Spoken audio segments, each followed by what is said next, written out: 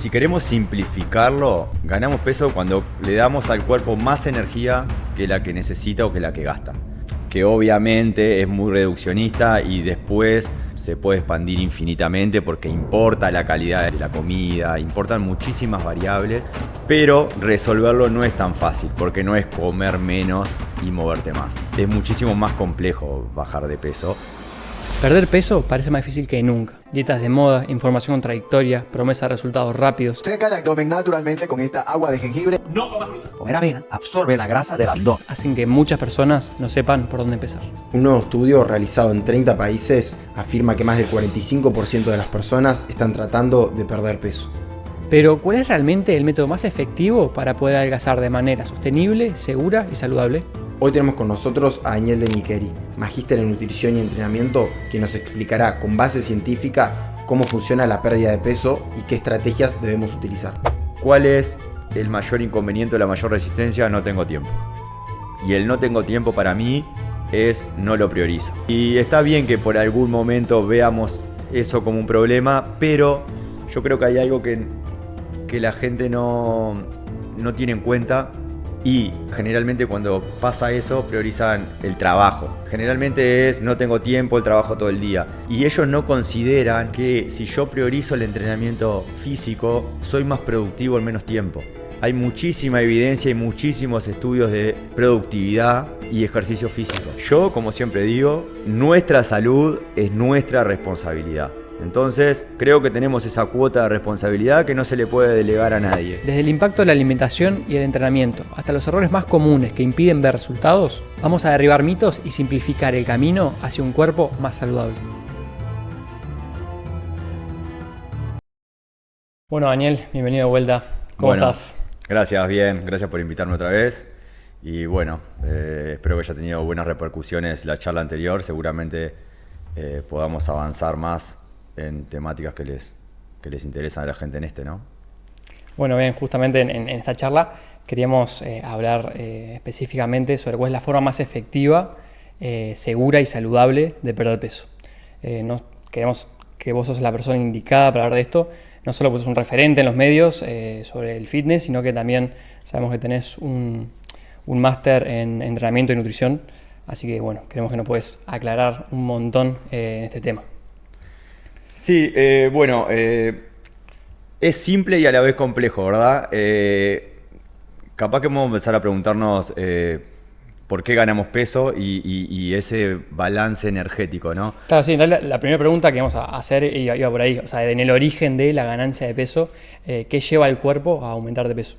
Bueno, si queremos simplificarlo, ganamos peso cuando hay un balance energético negativo, cuando le damos al cuerpo más energía que la que necesita o que la que gasta.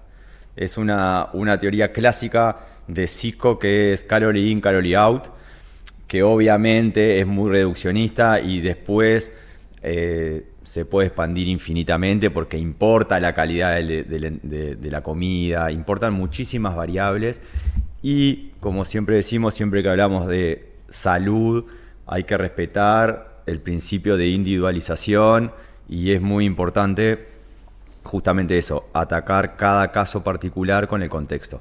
Ahora, para que todos entendamos, bueno, lo que nos está pasando de alguna manera es que le estamos dando al cuerpo más energía que la que gasta. Pero resolverlo no es tan fácil, porque no es comer menos y moverte más. Es muchísimo más complejo bajar de peso.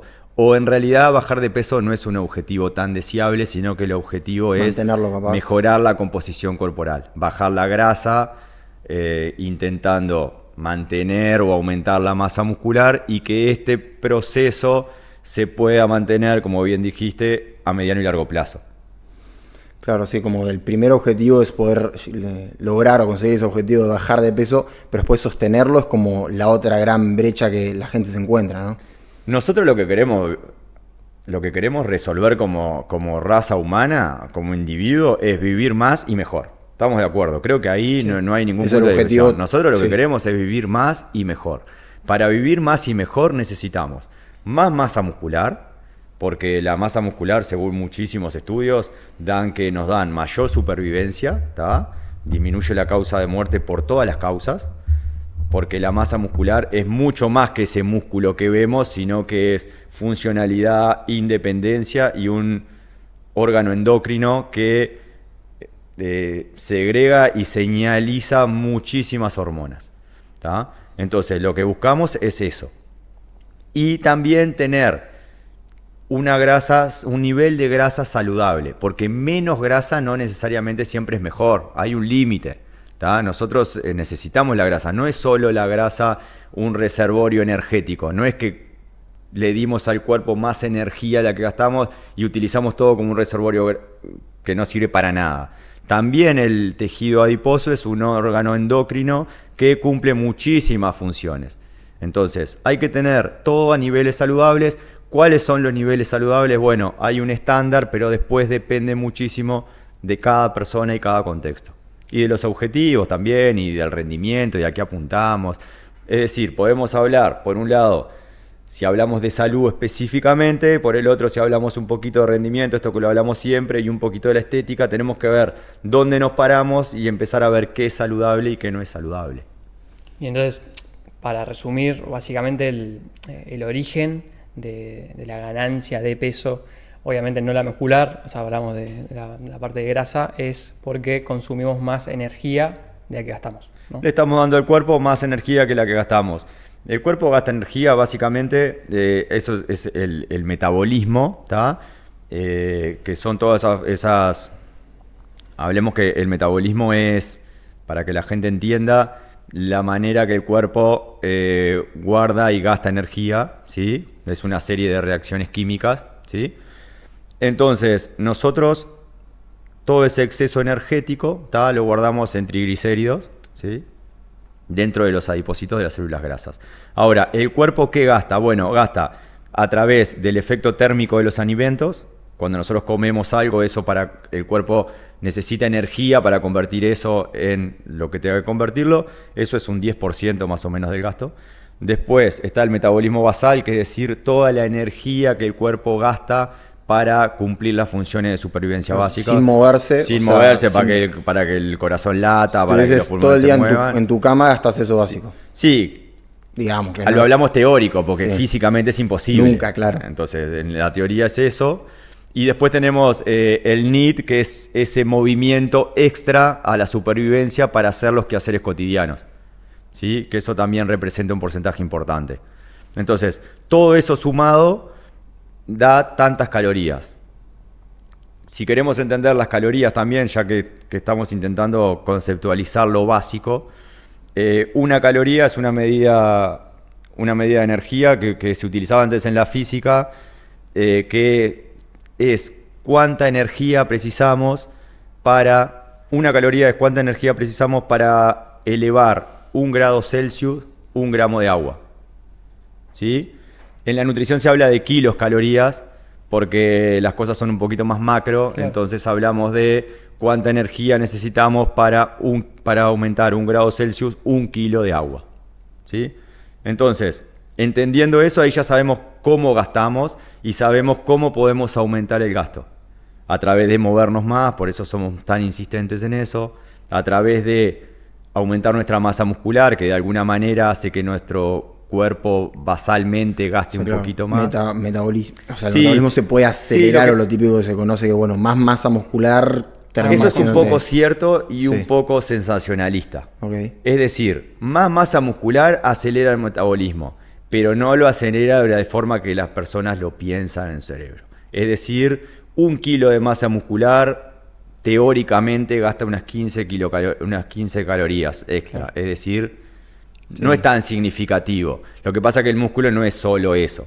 El músculo señaliza otras cosas, como hablamos recién. Sí, la funcionalidad. Cuando empezamos a ver todo en cómo confluye todo, es muchísimo más que eso y es mucho más complejo. Entonces queremos tener más músculo, porque además nos va a dar más intensidad en el ejercicio, nos va a dar mejor recuperación, hormonalmente vamos a estar mejor. Entonces, sí, globalmente igual siempre cuando comparás una persona que capaz que no entrena o con un deportista, siempre el metabolismo es algo que se habla, que siempre la persona que hoy en día hace deporte o por lo menos se mueve más, suele estar más acelerado. Claro, lo que pasa es que también es por el músculo y por muchísimas por todo otras lo otro cosas, que, claro. ¿entienden? Sí, entonces, va de la mano. Hasta ahí vamos. Ahora, Ahí ya sabemos cómo gastamos o cómo podemos optimizar o maximizar el gasto. Ahora, ¿cómo recibimos energía? A través de la alimentación. Como el combustible, digamos. El combustible, a través de la alimentación. Es la única fuente. Entonces, ahí ya de alguna manera tenemos parámetros. Bueno, ¿cómo bajo de peso? ¿Cómo pierdo de peso? Bueno, induciendo un déficit calórico. ¿Sí? ¿Cómo es la manera de inducir el déficit calórico más sostenible? Aumentando un poco el gasto y disminuyendo un poco la ingesta. ¿Sí? O disminuyendo la ingesta queda raro porque queda como tampoco es inducir una hambre. dieta. Claro. Es decir, aumentar el gasto de tal manera que no tengamos que reducir los macro y los micronutrientes sin ni tener déficits nutricionales. ¿Sí? Entonces después probablemente hablemos de las dietas y de dónde fallan y cuál es el problema real. Pero de alguna manera el consejo es, muévanse un poquito más, coman un poquito menos, pero como dijimos al principio, no puede ser ese el mensaje reduccionista porque pasan muchas cosas. Ah, es muy básico eso, sería. Eso es totalmente básico, no estás considerando nada del contexto. ¿Sí? Y yendo más, digamos, al asunto, ¿cuál es la estrategia más efectiva para bajar de peso? Bueno, ahí podemos dividir el entrenamiento, qué hacemos en el día a día, cuál es nuestro entorno, que el entorno es muy importante, y cómo planificamos nuestra alimentación. ¿Tá? Entonces ahí podemos empezar por donde ustedes quieran. Si quieren que empecemos por el entrenamiento, si quieren que empecemos por la nutrición, si quieren que empecemos por nuestro entorno. Yo creo que son las 3 patas fundamentales. ¿Sí? Si hablamos del entrenamiento, según la evidencia científica, el entrenamiento congruente, es decir, la mezcla de fuerza y ejercicios aeróbicos, es lo mejor. ¿Sí? Es decir, una combinación de ambas. Hace muchísimos años se decía que lo importante era el aeróbico y correr y caminar, y la gente corría y caminaba y la fuerza no la teníamos en cuenta. De un tiempo a esta parte, gracias a muchos estudios y muchos divulgadores y a entender lo positivo y lo beneficioso, y esto, el músculo cómo nos hace vivir más y mejor, empezaron a hablar mucho hace ya capaz que 30 años o 25 años mucho de la fuerza, y como todo extremismo dejamos el aeróbico de lado y era todo fuerza. Y si no era fuerza y gimnasio y fuerte, el aeróbico pasaba a no servir para nada. Yo creo que la salud está en el medio de eso, y los estudios dan que si nuestro objetivo es mejorar la composición corporal, traer un poco de cada mundo es lo óptimo. ¿Sí? Tenemos que ver qué aeróbico hacemos, ¿sí? Y qué ejercicios de fuerza. Y ahí entran HIIT, baja intensidad y larga duración. Ahí depende específicamente. No hay uno que sea lo mejor que existe para todo. Depende de cada caso particular qué es lo óptimo. Del tiempo que tiene, de cómo empieza de base, hacia dónde va. Me parece que saber... ¿Se entiende un poco Sí, claro. el concepto? O sea, es importante el estudio previo de no solo el objetivo, sino quién es esa persona antes para poder, diagramar un ideal para llegar a ese objetivo. O sea, es importante conocer también el entorno, que es lo que estamos hablando. Eso es lo principal. La realidad es que lo principal es entender el contexto del individuo. Vamos a utilizar esta estrategia. ¿En quién? ¿Para qué? Esas son las preguntas que nos tenemos que hacer antes que cualquier estrategia. Mucho antes de planificar. Muchísimo antes de planificar. Sí, porque, por ejemplo, hablemos del HIIT, que está Está de moda. Sí, que estuvo un poquito de moda, digamos, ¿está? El entrenamiento de intervalos de alta intensidad. ¿Qué es lo beneficioso del HIIT? Lo beneficioso del HIIT es que mejora nuestra capacidad cardiorrespiratoria, que genera mucho gasto energético en poco tiempo, justamente que precisamos poco tiempo, y que además estimula las catecolaminas, es decir, la adrenalina y la noradrenalina, que de alguna manera al primer proceso de movilización de los ácidos grasos libres, ¿sí? Va a sacarlo de la célula antes de que se transporten, esas catecolaminas son muy importantes ahí. ¿Tá? Ahora, después necesitamos movilizarlas. Después que las sacamos de ahí, necesitamos movilizarlas. Necesitamos probablemente ejercicios de baja intensidad. ¿Tá? Necesitamos que ese triglicérido, ¿tá? Que se separa en 3 ácidos grasos y un glicerol, lo agarre la albúmina y lo lleve y lo transporte. Bueno, ahí el HIIT hace un poco de agua, ¿entienden? Claro. Entonces, capaz que para una parte es interesante, no es lo mejor para otra parte del proceso. Y después eso se tiene que ir a oxidar al músculo. ¿Tá? Entonces, otro problema del HIIT, que no todas las personas están capacitadas para mantenerse 12 minutos a alta intensidad. Si estamos hablando de pérdida de peso y viene una persona con realmente sobrepeso, un muy bajo nivel físico, no lo puedo poner a hacer burpees, a hacer sentadillas y a correr 20 metros a alta intensidad. ¿Sí? Sí. No solo quizás no pueda mantener esa intensidad, sino que quizás las articulaciones no estén adaptadas para eso, los tejidos blandos, cartilaginosos. Es decir, entonces, puede ser interesante en algunas personas que no tienen tiempo, que tienen una buena capacidad física. Me parece que sí. Ahora, quizás en otras no. Entonces, ¿el HIIT es bueno o malo? Depende. Depende del contexto y de dónde lo vamos a aplicar. El secreto acá es poder elegir la estrategia en la persona, ¿sí? Y unir esas dos cosas sin sesgos ni intereses mayores a la salud de esa persona. Que bueno, hoy en día, gracias a toda la sobreinformación que hablamos que hay, es muy difícil, ¿no? Porque lo típico que entras a una página web de algún entrenador y tienes ya nivel intermedio, secundario y final. Y ya por eso te encasilla que tenés que hacer eso. Y es súper difícil para una persona que capaz que por ahí nunca hizo ejercicio en su vida, definir, bueno, cuál es la que más se adapta para él. O sea, eso creo que es base y nada, es clave. O sea, y pasa mucho hoy en día que lo que hablo, o sea, es mucha sobreinformación y bueno, gente toma estrategias que por ahí no son para ellos. La verdad es que sí, esa es una problemática de la industria y del mercado, pero todas las personas tienen que entender que de media los planes genéricos son eso, son genéricos. Claro. Y probablemente la puede ayudar hasta cierto punto, pero no va a tener otras consideraciones que quizás sean más o menos necesarias. Es decir, si yo soy una persona saludable, con un estado físico... Después hay que plantearse qué es saludable y qué no, pero para poder hablar y avanzar en la charla, sí. Porque si cuestionamos cada pilar parece que no podemos hablarlo. Claro, sí. Entendamos que el depende es infinito en todo lo que hablemos cuando hablamos de salud. Entonces, si de media soy una persona saludable, que puede moverse bien en todas las direcciones, que es independiente, que come de forma consciente, que no tiene altos niveles de estrés, bueno, si yo accedo a un plan genérico, me va a hacer bien si estaba considerando no hacer nada. Es difícil que eso me genere algo negativo y si mi vida, por más que estaba bien entrenado, no estaba haciendo mucho, ese plan genérico está bueno, me puede sacar de ese estatismo, ¿sí? Ahora, si yo vengo con ciertas, no sé, hasta comorbilidades o ciertas patologías o ciertos problemas puntuales, ese plan genérico puede hacerme peor que como estaba. Claro.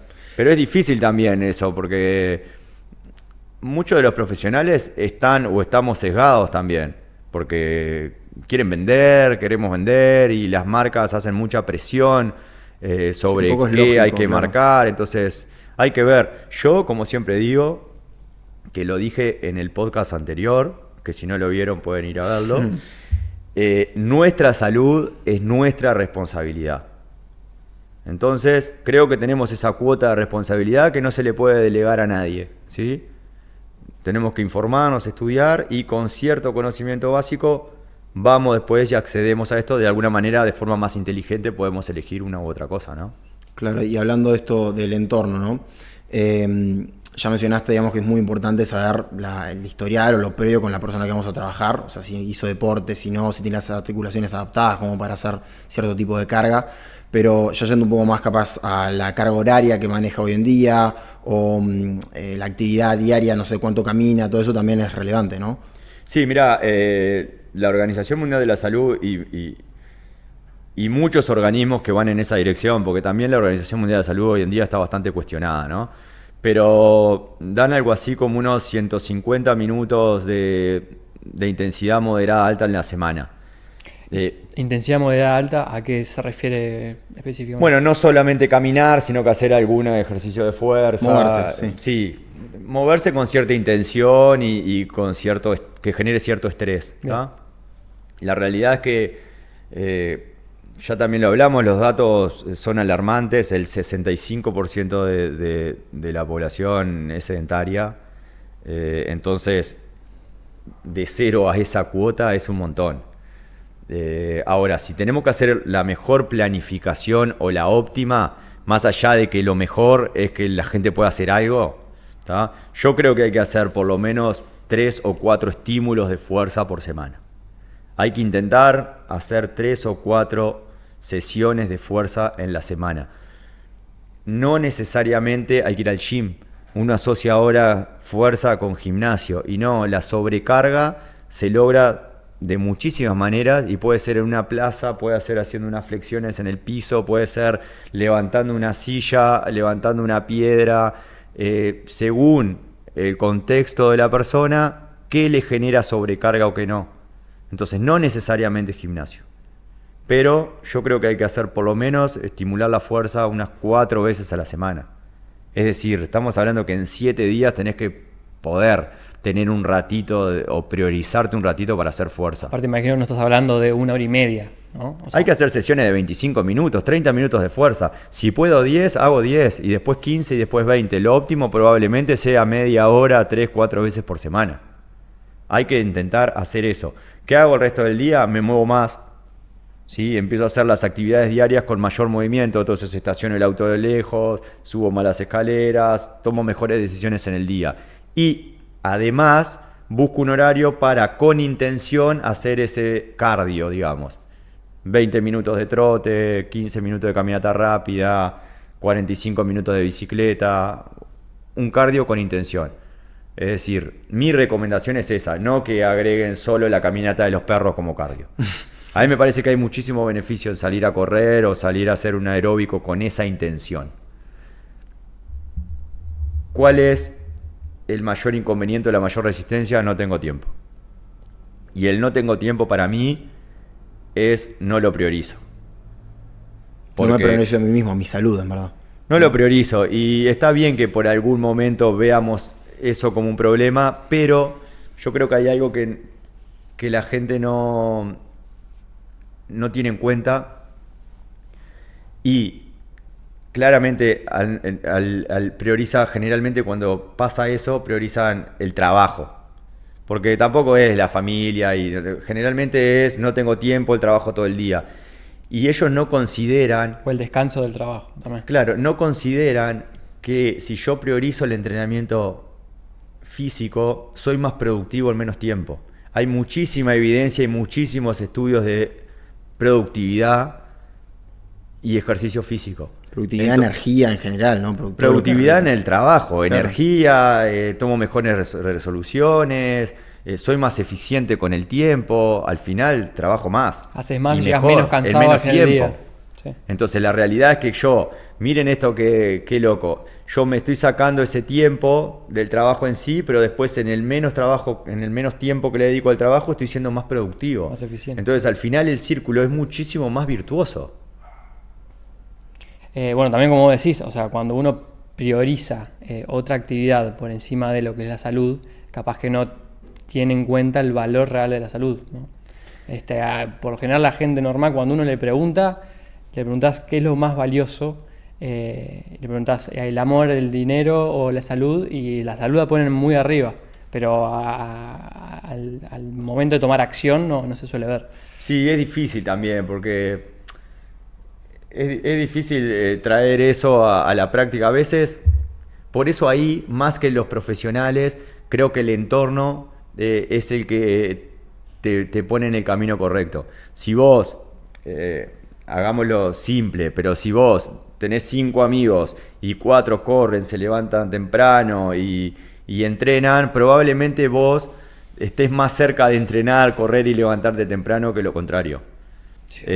Y pasa lo mismo para cualquier cosa. De hecho, para la formación de los hábitos, si empezamos con hábitos realizables, simples y que los vemos y los tenemos ahí cerca, es mucho más fácil que la percepción del esfuerzo de hacer ese hábito vaya cada vez disminuyendo y lo hagamos. Entonces, creo que el entorno y encontrar el objetivo, la manera de hacer las cosas simples, nos dan eso también. Muchas veces no lo podemos identificar, no es que ni siquiera que la gente no prioriza su salud, es que no sabe cómo priorizar su salud. Repite ese discurso de la teoría, pero después en la práctica no sabe cómo llevarlo a la práctica, ¿entienden? Entonces es difícil hacer un juicio de valor y decirle, vos no te estás cuidando lo que te tenés que cuidar. Porque muchas veces es difícil hasta identificarlo, o no lo identifican. Darse cuenta, claro. ¿Sí? Entonces ahí el entorno sí es interesante. Ahí con las personas que te rodeás, me parece tienen un rol fundamental. Sí, mismo de tu casa, ¿no? También está como el condicionante por ahí que bueno, se alimentan de esta forma en mi casa, me tengo que alimentar así. Y hoy en día soy capaz relativamente chico, como para poder oponerme a eso, ¿no? Que eso también es complicado. Y después también, como hablábamos esto de los hábitos de las cosas, nosotros podemos también modificar el entorno a nuestro favor, incluso en el ejercicio. Si yo quiero lograr como meta hacer 10 dominadas, ¿sí? 10 barras fijas, quizás si tengo la barra colgada en el fondo y cada vez que voy a tender la ropa la veo, Claro. Quizás haga más barras que si no la tenga y tenga que ir al gimnasio. Entonces también podemos modificar un poco el entorno a nuestro favor, ¿no? Sí, también va de la mano con lo que dijiste de dejar el auto más lejos, obligarte a caminar esa escalera. Entonces eso creo que se va puede sumando. hacer, pero bueno, es un ejercicio que hay que practicarlo, como todo. Sí, hay que analizar, porque uno a veces ni sabe que es un problema hasta que no se sienta a ver. Y en esto de la pérdida de peso, ¿la genética influye? La genética influye pero no nos condena, ¿sí? La evidencia dice que la heredibilidad es entre un 40 y un 70%, pero no en la posibilidad de perder peso, sino en tomar peores decisiones, es decir, en tener más hambre, en tener una peor relación con la comida. Eso se hereda en un porcentaje muy alto, pero no nos condena, ¿sí? Nos predispone, que no es lo mismo. ¿Y eso sí que se hereda a nivel genético o se hereda a Sí, nivel se hereda, hay muchas enfermedades, hay como 300 genes, Qué locura. hay algunos más estudiados que otros, pero como te decía, no nos condena, ¿sí? Entonces, nosotros podemos, a través de hacer buenos hábitos,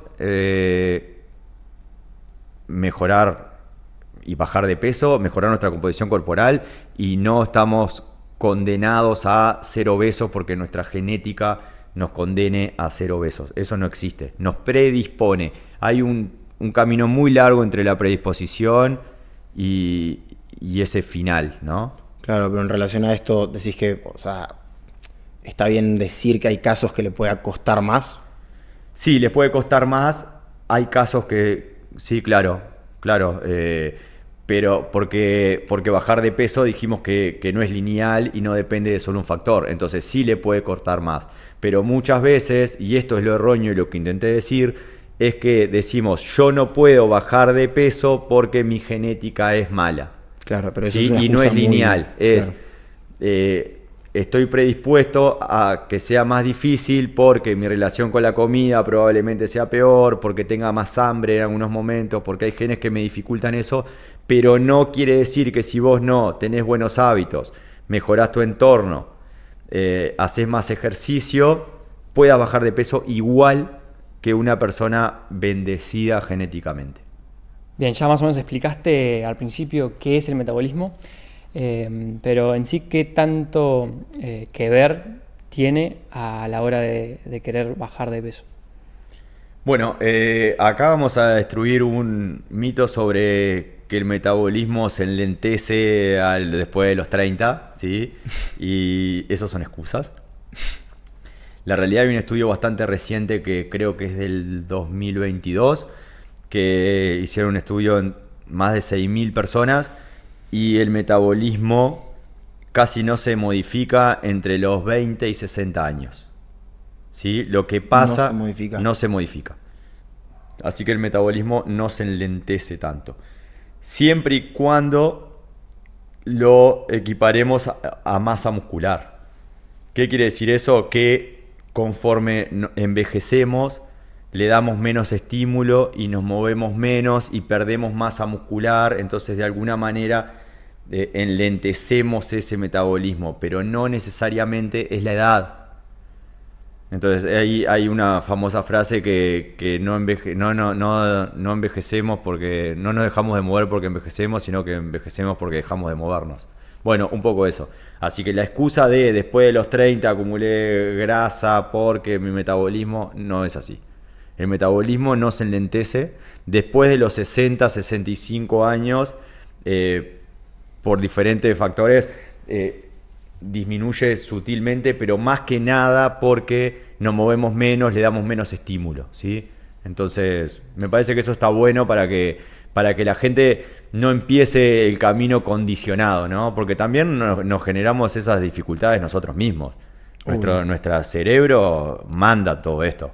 Siempre hay limitantes y todo de vuelta. El mundo que vivimos está hecho para generarte esas limitantes, ¿no? Es mucho más fácil quedarte en el sillón, como diría Aníbal, asesino, mirando el mejor partido de fútbol del mundo, todo accesible a salir. O sea, siempre es más difícil, tenemos esas limitantes ahí.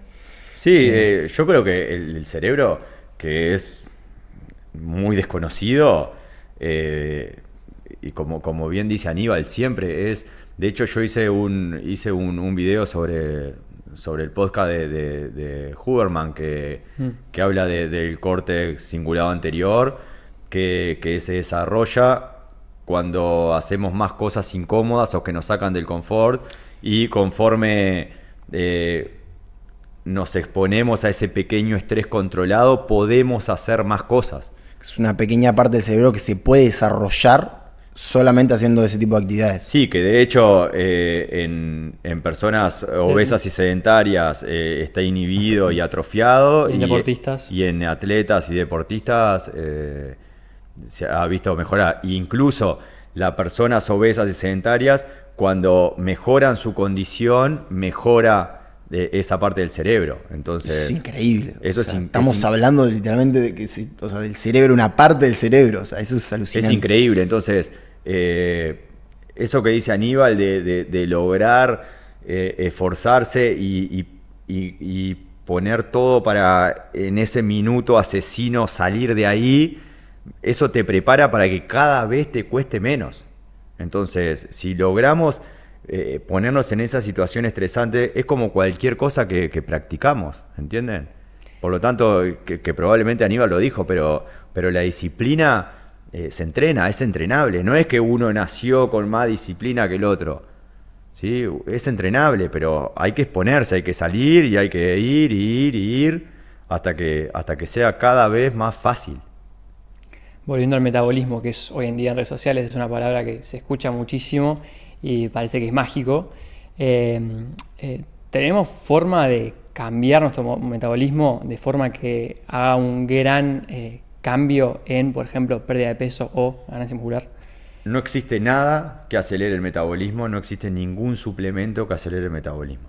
La única manera es mejorar nuestra composición corporal, ¿sí? Porque ya dijimos que la masa muscular mejora un poquito el metabolismo, pero también nos da mucho más movilidad, nos da mucho más funcionalidad, entonces directa o indirectamente mejoramos todo el contexto.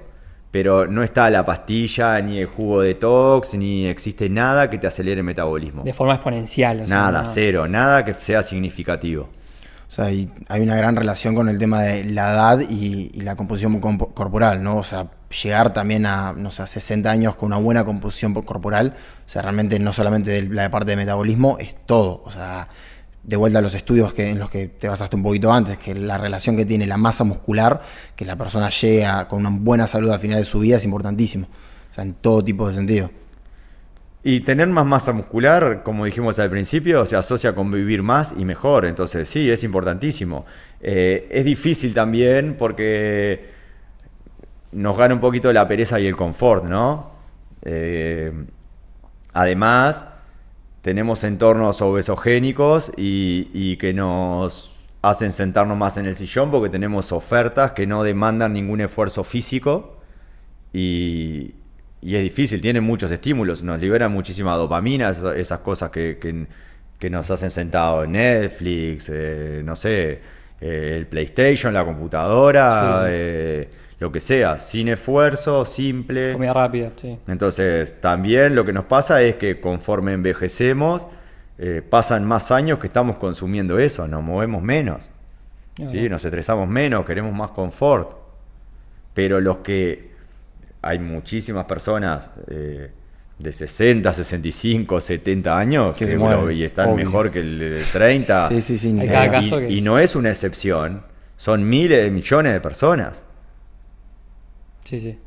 Ya yendo al siguiente pilar, que podría ser la alimentación y la nutrición. ¿Cuál es la mejor estrategia sobre este tema de la nutrición para bajar de peso efectivamente? Bueno,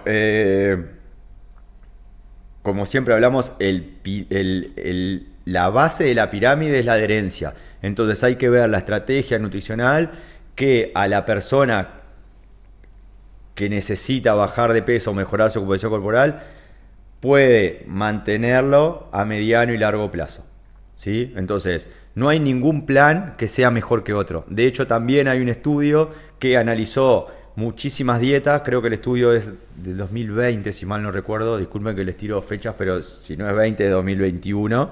Y analizó la baja en grasa, baja en carbohidratos, ayuno intermitente y todas las que existen, las detox y todo eso. Y la realidad es que no hay una mejor que la otra, siempre que se cumpla el déficit calórico, que tenga todos los aportes nutricionales correctos y que haya adherencia, ¿sí? Entonces, el mejor plan es aquel que podés mantener a mediano y largo plazo. Ahora, hay que considerar el contexto, ¿sí? Y hay que, en ese déficit calórico, tenemos que aportar suficiente proteína, ¿sí? Que es discutible cuánta proteína. Antes estaba en 0,8 gramos por peso corporal en los organismos de la Organización Mundial de la Salud, por ejemplo. Ahora hay un consenso que se necesita 1,2 y en fuerza probablemente 1,5, 1,8, incluso hasta más. Es difícil dar un número exacto, pero si la gente no come suficiente proteína, entonces está bien que el mensaje por lo menos sean conscientes de la ingesta de proteína. Para mí no hay que, a no ser que sea específicamente por un problema médico o por un caso puntual, de media no hay que restringir los hidratos de carbono. Me parece que todos los macronutrientes tienen que estar presentes. De hecho, no existen deportistas de elite que no consuman carbohidratos. Claro, no. Es la mejor fuente y más eficiente para el deporte. Después, en algún contexto, podemos ver si la estrategia puede tener sentido, pero en principio no habría que limitar ningún macronutriente y hay que comer suficiente grasa. La grasa, entiendan que también es necesaria, como dijimos, mucho para la salud hormonal también. Y yo creo que teniendo en cuenta esos macronutrientes y los micronutrientes también, el aporte suficiente de vitaminas, minerales, fibra, que es muy olvidada la fibra, hay que buscar la estrategia nutricional que mejor se adapte a cada uno, ¿tá? Entonces, el mayor problema es que nos quieren vender dietas totalmente restrictivas para bajar de peso, que no consideran nada de esto porque lo único que quieren es que las calorías sean bajas. ¿Qué es lo que va a pasar ahí? Inducimos un déficit calórico, pero sin considerar todo lo otro. Entonces, probablemente cuando terminemos esa dieta, que generalmente es cortoplacista para que la gente vuelva a comprarnos el siguiente plan, ¿sí? Vamos a estar peor, con un metabolismo menos eficiente, con menos masa muscular, porque tan bajas calorías no Se nos ha reduce dejado... todo directamente Sí, también. no solo eso, no nos ha dejado entrenar con la intensidad que tenemos que entrenar, porque tenemos tanto déficit nutricional que cada vez nos movemos menos, entonces Estamos cansados. entramos en un círculo vicioso que nos hace dependientes de esa estrategia. Entonces tenemos que ir de vuelta a buscar otra solución para donde estábamos, ¿sí? Ese es el mayor problema. Y eso le ponen nombre y ahí están todas las dietas con todos los nombres que a ustedes se les ocurran, ¿sí? Sí. ¿Qué significa que esas dietas hipocalóricas son buenas o malas? No, porque capaz que hay, o quizás, o probablemente están hechas para un caso puntual que la necesite, ¿sí? Pero cuando eso lo convertimos en un negocio y lo generalizamos es cuando tenemos un gran problema, ¿sí? Otro tema que está muy de moda y se mueve mucho en redes sociales es el famoso ayuno intermitente. ¿Qué es bien el ayuno intermitente? ¿Está bien llamado que es una dieta? ¿Y para qué, en qué situaciones es recomendable seguirlo? Bueno, el ayuno intermitente no es una dieta, es un protocolo de alimentación que lo que hace es, hay una ventana de alimento, ¿sí? Que puede ser de 4, 6 u 8 y una ventana de no ingesta, ¿sí? Evolutivamente, siempre los seres humanos ayunamos o estamos adaptados al ayuno porque no siempre teníamos todo el alimento disponible, ¿tá? Pero, y por el contrario, tampoco estamos adaptados a comer cada 3 horas, ¿sí? O cada 2 horas. Lo importante sigue siendo cómo se adapta eso a nuestra vida, ¿sí? Y qué es lo que podemos mantener a mediano y largo plazo. Con respecto a bajar de peso, cuando se igualaron calorías en la ventana de ingesta y una dieta normal, no hubo ningún beneficio en la mejora de la composición corporal de uno y de otro. Es decir, el balance energético sigue mandando, no hay nada mágico en el ayuno intermitente, ¿sí? Ahora, ¿puede tener sentido para algunas poblaciones? Sí, puede tener sentido. Para personas que, por ejemplo, están acostumbradas a no desayunar, obligarlas a desayunar, me parece que es una estrategia que pierde adherencia. Entonces para ello es interesante. También lo que hace es mejora la autofagia, que es otro eslogan de pro ayuno intermitente. La autofagia, es verdad que los ayunos, la mejora de la autofagia podríamos definirla como un proceso de regeneración celular y está aumentada en los ayunos, pero también está aumentada cuando ponemos al cuerpo en pequeños estrés controlados. Eso no necesariamente deviene en pérdida de peso, ¿sí? Y después puede traer algunos problemas también, mal aplicado. Para las personas que tienen trastorno de conducta alimenticia, ponerles un horario de ingesta puntual puede empeorar su trastorno, no necesariamente lo puede mejorar. Para atletas, es difícil llevar un periodo competitivo con ventanas de ingesta y ventanas de ayuno. Probablemente tengan que considerar mejor los pre-workout y los post-workout. Es difícil. Es muy difícil decidir para quién de verdad serviría. O sea, tiene que de vueltas probarlo y bueno. Entonces, la realidad que sirve para algunos contextos, pero bueno, es como dijimos, es una herramienta. El mundo de la nutrición tiene muchísimas herramientas y está buenísimo que eso pase. Ahora, no sirven para todos en todos los contextos. Eso es lo que nos hacen creer para querer vendernos. El ayuno intermitente para todo, porque yo no quiero tener un pool chiquito de personas para poder venderles. Yo quiero tener que todas las personas les sirva. Entonces el mensaje tiene que ser genérico.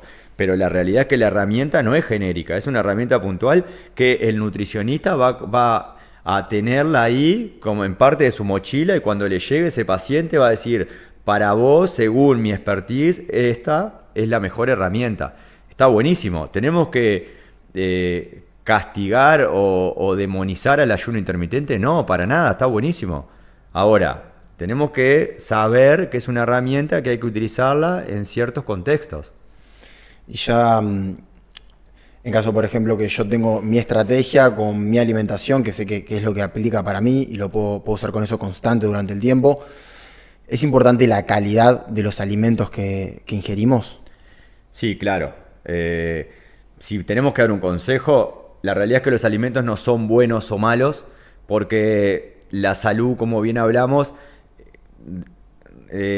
implica muchísimas cosas. Y acá les voy a hacer una pregunta a ustedes. Que se coman un pedazo de torta ultraprocesada, con azúcares simples y todo lo que sabemos de una torta en el cumpleaños de la hija de ustedes, con ella compartiendo, ¿es saludable o no es saludable? ¿Quién me puede decir que no es saludable eso?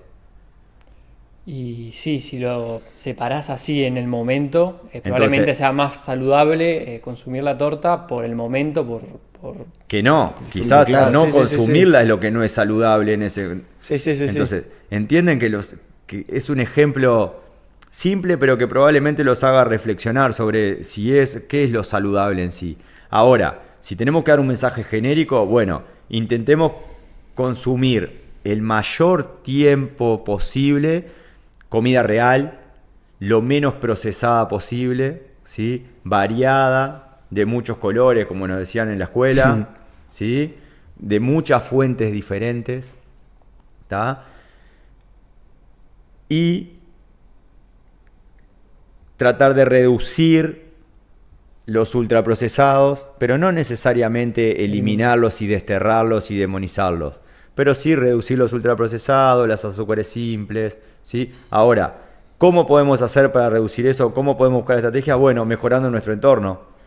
No compre 100 alfajores y lo dejo en el placar porque en algún momento los voy a comer. Uno que después que compra y entra las cosas a su casa, solo las come.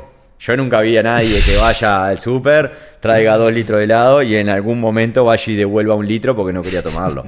Entonces, bueno, eso Si es te obligas a abrir el heladero y lo único que te queda son cosas reales, comida real, como decís, Entonces tampoco saquemos todo de la heladera y que sea que ahora tenés un zapallo y una pechuga de pollo o tofu o seitán para los que no comen carne. Me interesó mucho el concepto de comida real, que, o sea, haciéndole un doble clic a eso.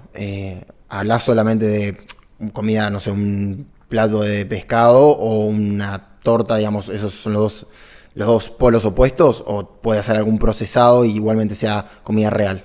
Sí, la realidad es que la comida real es la que todos identificamos como un alimento con el menos proceso posible, claro. ¿Sí? De carne, pollo, pescado, muchas verduras que siempre no las consideramos, frutas, todos sabemos cuanto menos ingrediente tenga y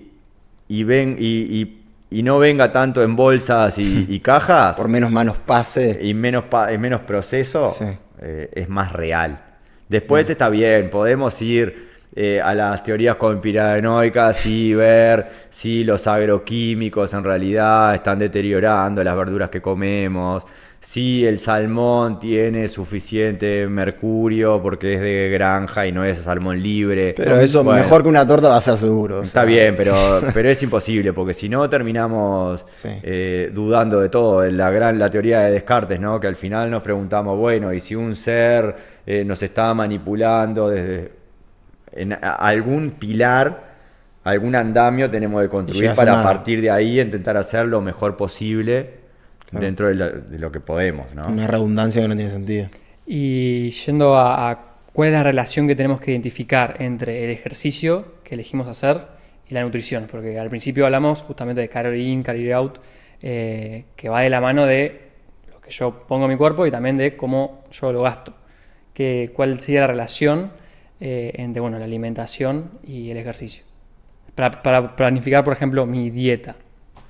Bueno, la realidad es que hay muchísimas fórmulas, ¿sí? La más conocida es la de Harry Benedict, que son fórmulas estimativas, ¿sí? Lo que se hace es, se pone un factor, se hace una fórmula establecida por el peso, por la edad y qué sé yo, y se multiplica por un factor de movimiento que ya está estimulado y es 1.1, 1.2 según qué movilidad, y eso te da un número estimativo de lo que vos gastás diariamente. Eso tiene muchísimo margen de error, ¿tá? Pero lo que se hace es, se hace ese estimativo, se intenta armar una dieta que vaya muy de acuerdo con tu cotidianeidad. Es decir, si vos te levantás a las 10 de la mañana sin hambre y vas a ir a la oficina, quizás no sea tan interesante desayunar para ir a sentarte en la oficina, ¿sí? Ahora, si vos te levantás a las 10 de la mañana con hambre y vas a entrenar en 1 hora y media, quizás a vos necesites poner gran parte de tus calorías y de tus nutrientes en ese horario, ¿sí? Entonces, pensando de esa manera es como se va estructurando una dieta y se va agregando el ejercicio, ¿sí? De esa manera, no pensando en el ayuno, no pensando en... Según la necesidad y el contexto se va armando lo que precisamos, ¿sí? Ahora, eso se pone de la teoría, se pasa a la práctica, recibimos feedback y ajustamos. Eso es lo que hay que hacer. Nadie hace... Unos hacen ideales teóricos, los profesionales realizan ideales teóricos, pero después en la práctica pasan muchas cosas, ¿sí? Bueno, el buen profesional lo que hace es recibe esos datos, los ajusta y los vuelve a poner en práctica. Y esto es un círculo infinito, pero que nos va haciendo progresar.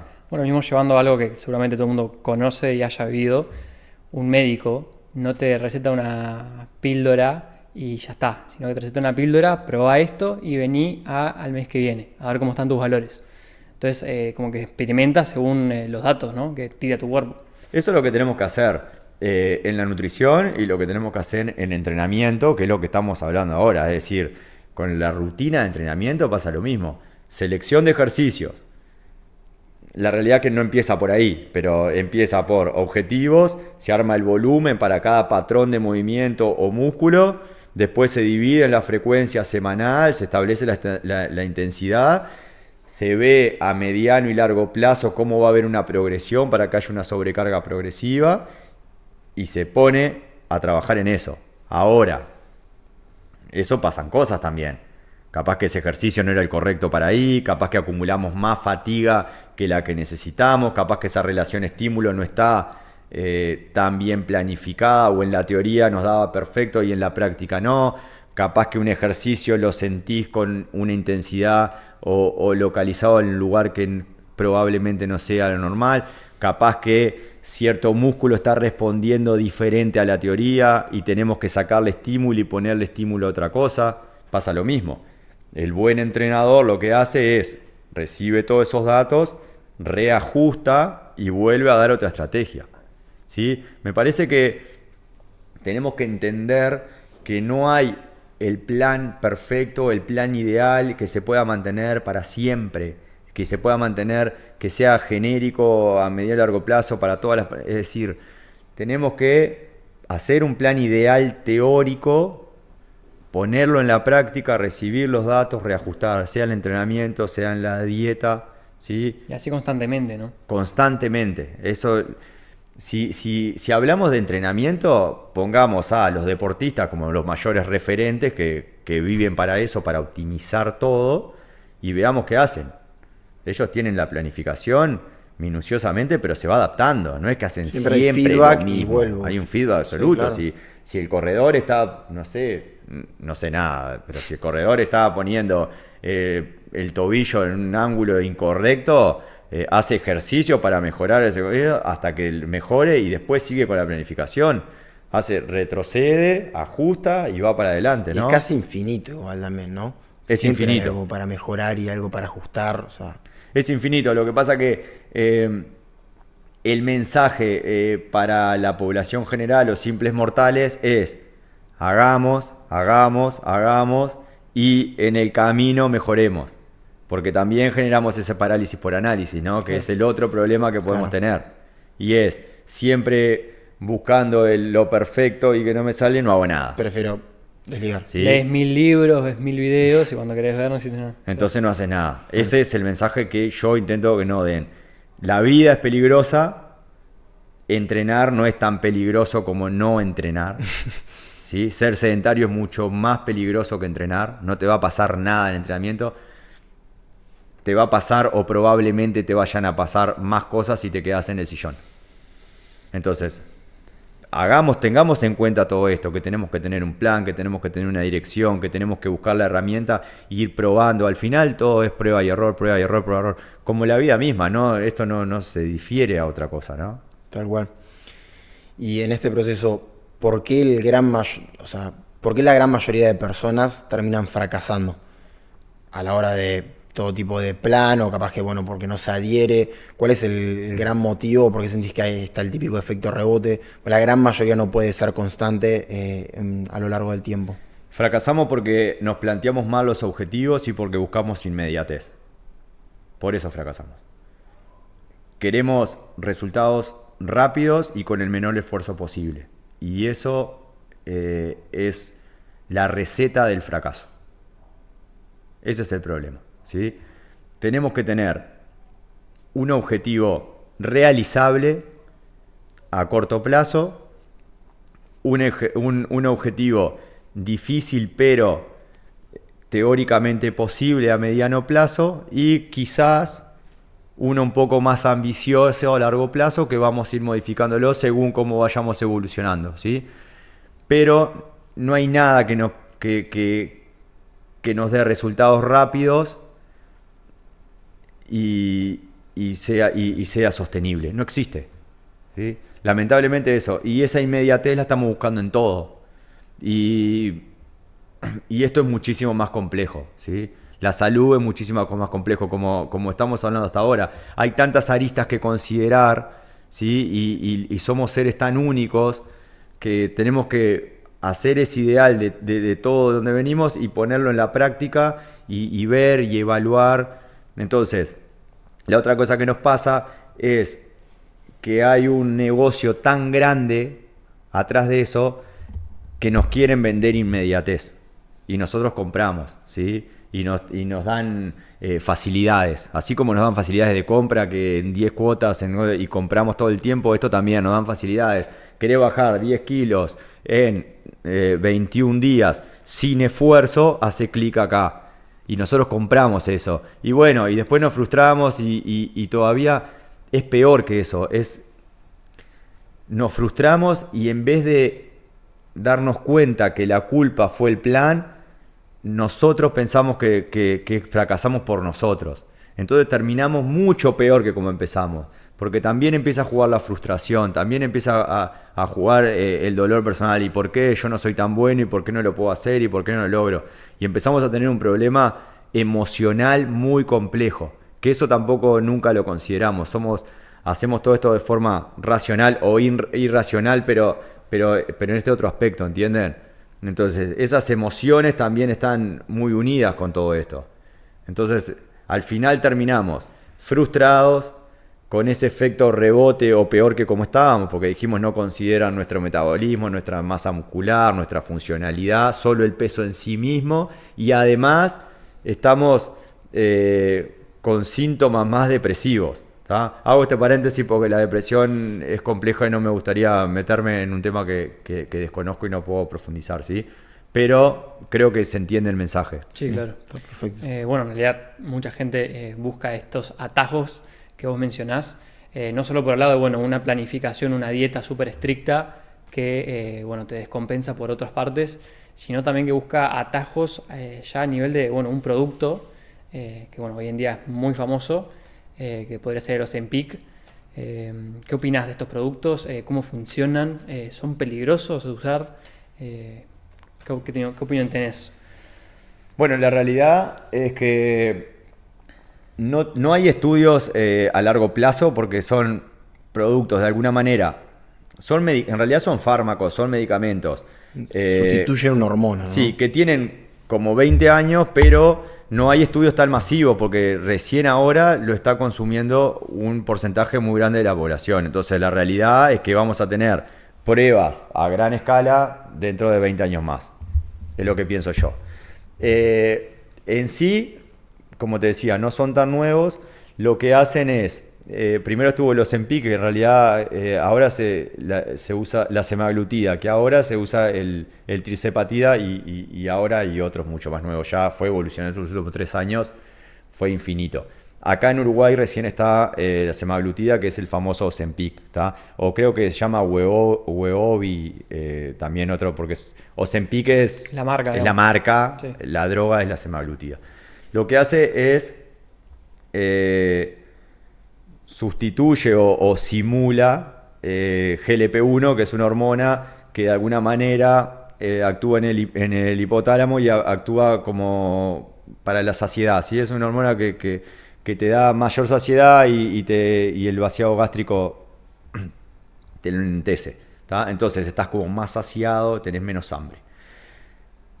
Trae muchos efectos secundarios, ¿sí? Leves, moderados, y según la dosis va aumentando su problemática. Y el mayor problema es que es un fármaco que está pensado para una patología y siempre supervisado con un profesional. Claro, ese ¿sí? es el gran problema, ¿no? Que es Se para crearon para la diabetes, ¿no? diabetes tipo 2, Sí. o para obesidades mórbidas, ¿sí? Porcentajes grasos tan altos que corre riesgo su vida.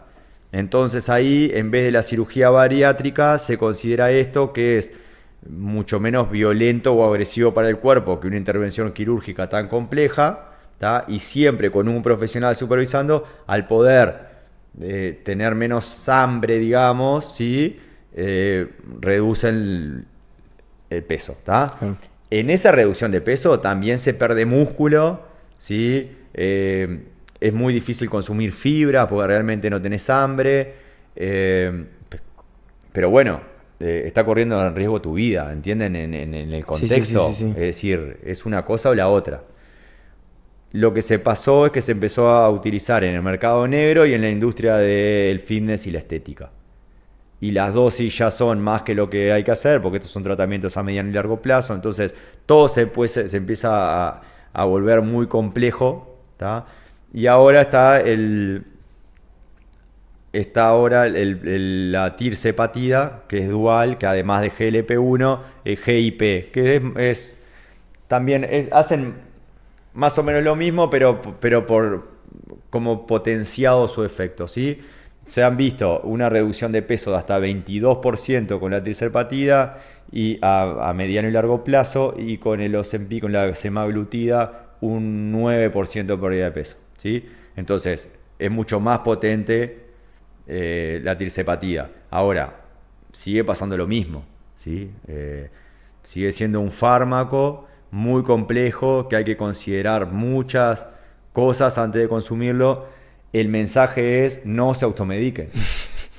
Ese es el mensaje. Vayan a un profesional de la salud que considere su caso, y si es una herramienta que te puede beneficiar, yo creo que está bueno utilizarla. Ahora, no porque tomo una decisión para acelerar ese proceso, para no esforzarme. Escuché de tal que le sirvió y nada. Y eso pasa muchísimo también. Sí. Porque a mi vecino le sirvió y bajó 10 kilos. Entonces yo, bueno, ¿y cuánto tomaba su vecino? Bueno, hacía 10 clics. Bueno, yo voy a hacer 12 clics. ¿Entienden a dónde llevamos esto? Entonces, es peligroso, y bueno, probablemente de esa manera sea más peligroso que no.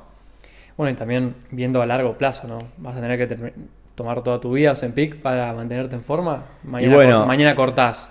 Este efecto rebote que hablamos, es más probable que se vea, ¿o no?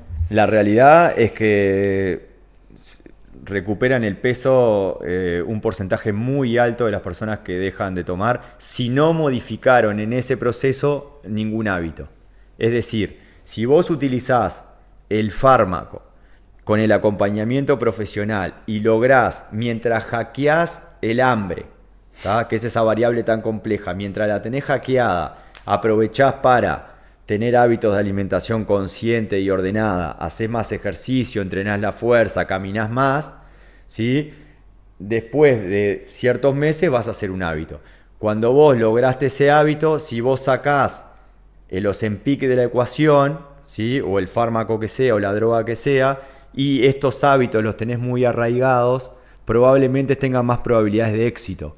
¿Entienden? Ahí volvemos a lo de antes. Ahora, si nosotros utilizamos el fármaco como un facilitador, pero no nos esforzamos en mejorar nuestros hábitos, en alimentación consciente, mejorar el descanso, cuando salga de la ecuación esta droga va a volver todo a lo mismo, porque yo no hice nada por salir de ahí. Entonces, ¿qué me pasa? Es que me hago adicto de alguna manera a ese fármaco. Y ahí otra vez, si hablamos de teoría conspiranoica, eso es lo que quiere la industria, quiere mejorar nuestra salud o quiere hacernos dependientes de un fármaco. Bueno, eso es difícil de contestar. Cada uno tendrá sus respuestas. Es muy difícil, o sea, es muy loco también por dónde nace, ¿no? Porque ahora estamos hablando de los Ozempic, este tipo de fármaco, capaz que hace 10 años era otro, como que siempre está esa solución que intenta llevarlo a cabo rápido, que es lo que se necesita. Bueno, ¿no? antes Lo que la estaba gente esa quiere. senda y ahora están, Bueno, sí, la droga símil, ha cambiado, pero claro. pero busca lo mismo. Lo que pasa es Exacto. que el negocio de la pérdida de peso Rápido. el negocio de la pérdida de peso es infinito. Hay muchos intereses económicos y eso es real. Entonces, el mejor consejo que puede ser es que sea consciente de esto y que sea crítico de esto. Entonces, cuando vaya a dar su salud a cualquier protocolo, que sea consciente y crítico de, bueno, esto realmente están pensando en mejorar mi salud, vayan a profesionales que consideren esto, que no tengan ese sesgo o ese conflicto de interés, ¿sí? Y ahí volvemos al principio. De esa parte soy responsable yo.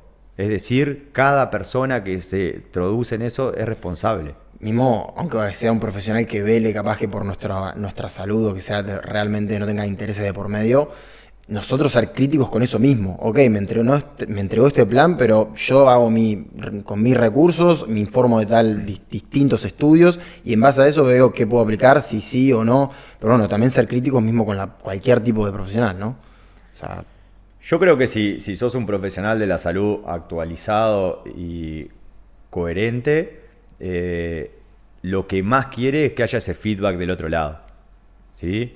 Es lo que buscan, Sí, claro. es el cliente ideal, que si vos sos un profesional serio, formado, con suficientes herramientas, lo que querés es que tu cliente venga y te diga, mirá, yo con esto siento esto, con esto me pasa esto. Ese feedback es buenísimo, porque aprendemos los dos. claro.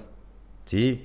Lo que pasa es que muchas veces el interés no es ese.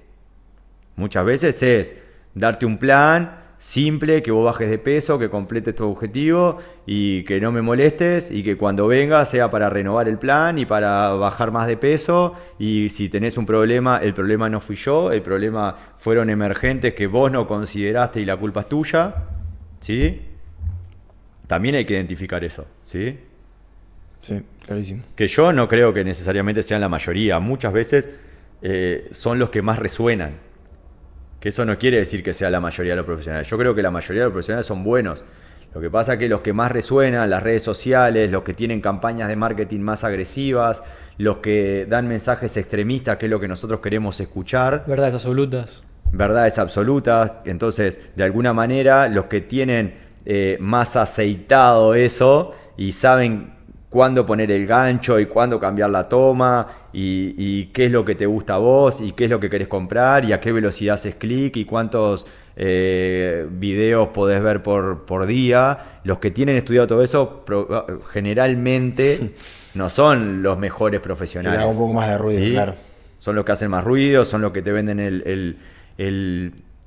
el libro de los 20 días, son los que te... ¿Sí? Porque eso también es lo que queremos nosotros consumir y nos estudiaron nuestro cerebro.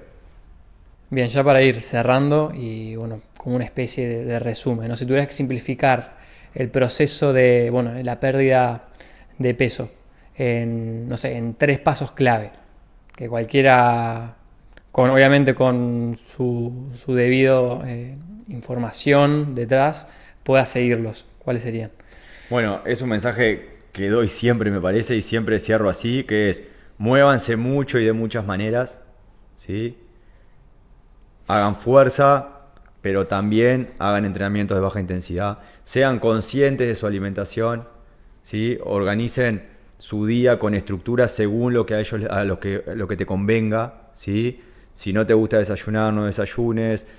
Si entrenás a tal hora, probablemente los nutrientes acercalos a ese entrenamiento, ¿sí? Ser consciente de la alimentación, intentando limitar los ultraprocesados siempre que sea posible e interesante, tratar de comer más comida real y priorizar el descanso, el otro pilar que muchas veces nos olvidamos.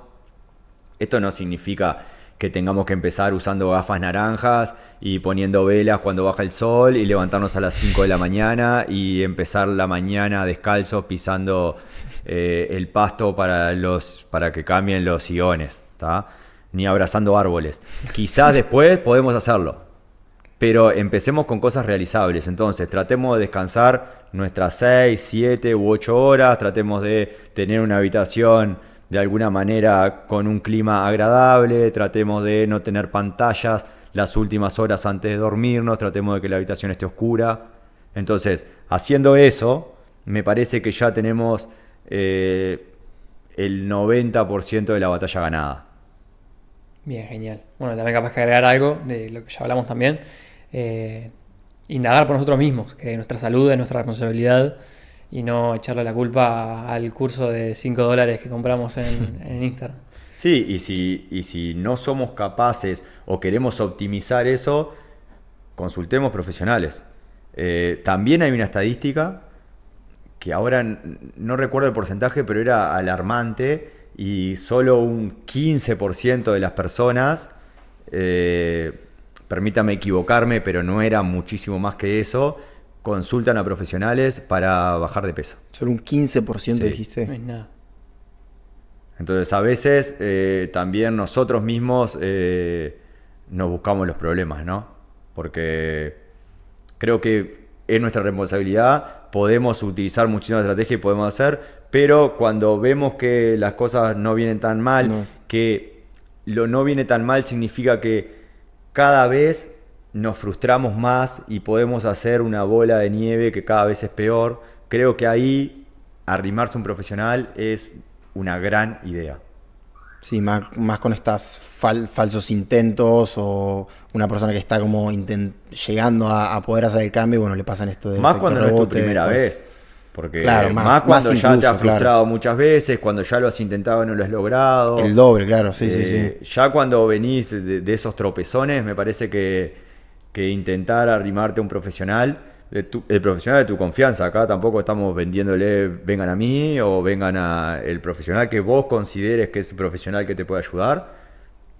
Creo que ahí es una red flag y es un momento de ir así como vamos al psicólogo cuando necesitamos ayuda, como vamos al psiquiatra cuando necesitamos ayuda. Creo que hay que considerar al entrenador, al nutricionista, como ese profesional que nos puede sacar de esa situación, y el problema se puede agravar si no recurrimos a ellos a tiempos. Más que nada en esas situaciones, ¿sí? Porque también yo doy el mensaje que no necesariamente necesitamos siempre un profesional para hacer algo, ¿tá? Eso también es para vender. No puede ser que tengamos que consultar si comemos una manzana, ¿sí? Igual tampoco necesitamos un entrenador para dar la vuelta a la manzana y salir a caminar. Yo creo que hay un nivel básico que tenemos que hacerlo nosotros, ¿sí? Ahora, si tengo la posibilidad de que un profesional me asista incluso a comer la manzana, está bien, pero que eso no sea un impedimento para no hacerlo. Muchas veces es parte de una excusa que nos construimos. No tengo el dinero suficiente para... Acá nunca hablamos de dinero. No tengo el dinero suficiente para contratar a un nutricionista, no tengo el dinero suficiente para contratar a un entrenador, pero podés de forma gratuita hacer flexiones de brazo, hacer flexiones de cadera, hacer Verte unas estudios estocadas, sobre alimentación. comer unos huevos revueltos o comer una manzana, tratar de evitar estar siempre comiendo frituras. Me parece que eso es un gran paso y puedes hacerlo, ¿sí? Entonces ahí también un poco de la responsabilidad y cuándo es una excusa y cuándo, ¿sí? Perfecto. Bueno, genial. La verdad que fue una muy linda charla, tomamos puntos muy interesantes, así que de nuestra parte agradecerte de vuelta, Dani. Ojalá poder tenerte en otros podcasts, capaz que por ahí con otras temáticas, ¿por qué no? Y nada, de nuestra parte es un placer, así que nada, muchas gracias por haber compartido este rato con nosotros hoy. Gracias, y bueno, también decir que van a estar los contactos de Daniel abajo en la descripción, su Instagram, así que bueno, muchísimas gracias. Bueno, un placer para mí poder venir por segunda vez a hablar con ustedes. Estoy como siempre a las órdenes para cuando ustedes me necesiten, o su comunidad si quieren contactarse conmigo, o quieran preguntarme algo o algo que hayamos hablado en el podcast mismo y no les haya quedado tan claro o quieran profundizarla, mis contactos, como dijiste, van a estar disponibles y estoy a la orden para lo que quieran. Bueno, Muchas muchísimas gracias. gracias.